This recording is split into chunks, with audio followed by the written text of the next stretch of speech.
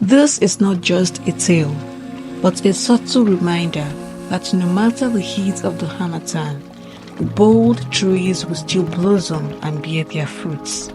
Not every challenge will put a stop to one's life. Some challenges are a push to your glorious destiny. And so is the story of Jide. Hello, story lovers. Welcome to Nana's Fairy Tales, where we share amazing and interesting stories. Don't forget to subscribe to our channel and turn on the notification bell to get notified when we upload another enchanting tale.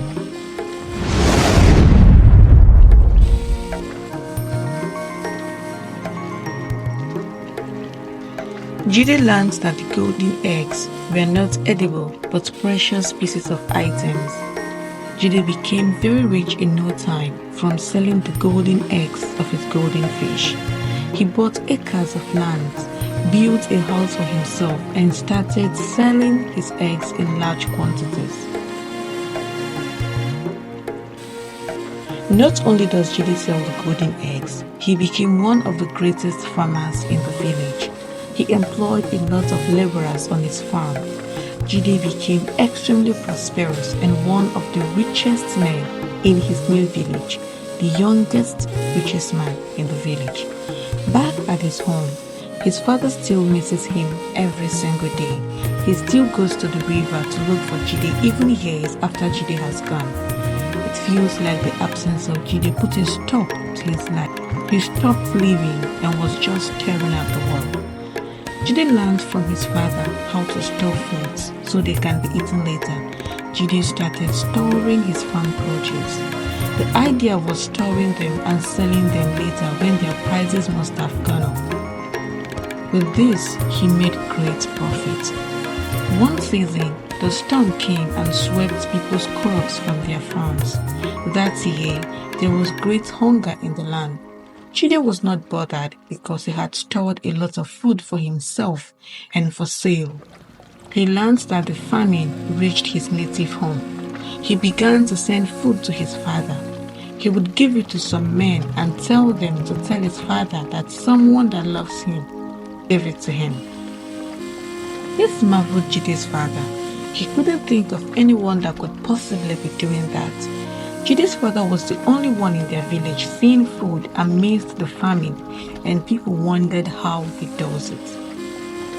One day, when the people came to give Jide's father food as usual, Jide's father said to them, "Tell whoever that is sending you that I am very grateful, but it would be nice if you would bring the food and sell in our community, that the whole village is dying of hunger." The news got to Jide, and he did as his father had said. Jide started sending people to send food to his community and sell it to them at an affordable price, while still sending food to his father. This continued till the famine slowly came to an end. The water dried up and people's crops started booming again.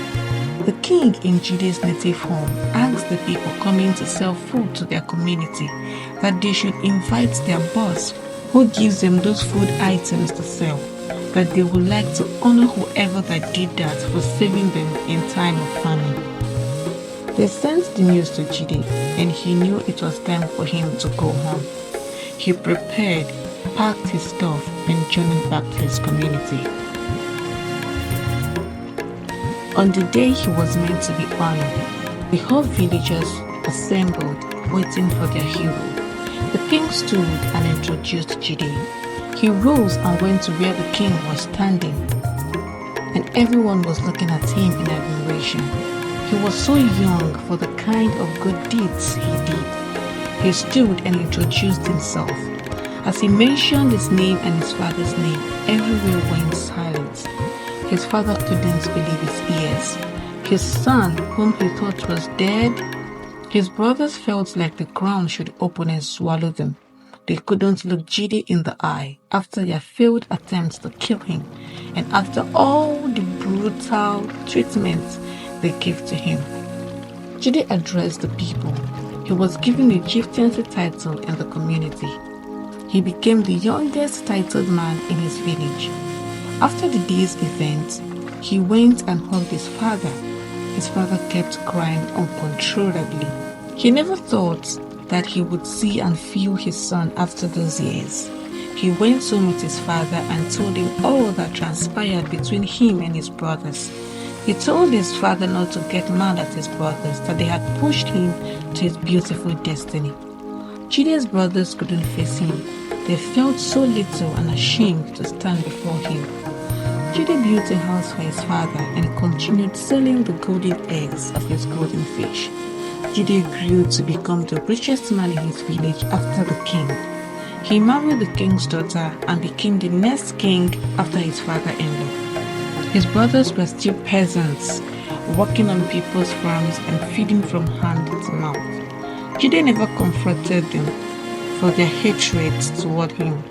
He kept them at arm's length because the last time he tried to be cool with them, they nearly sent him to his early grave.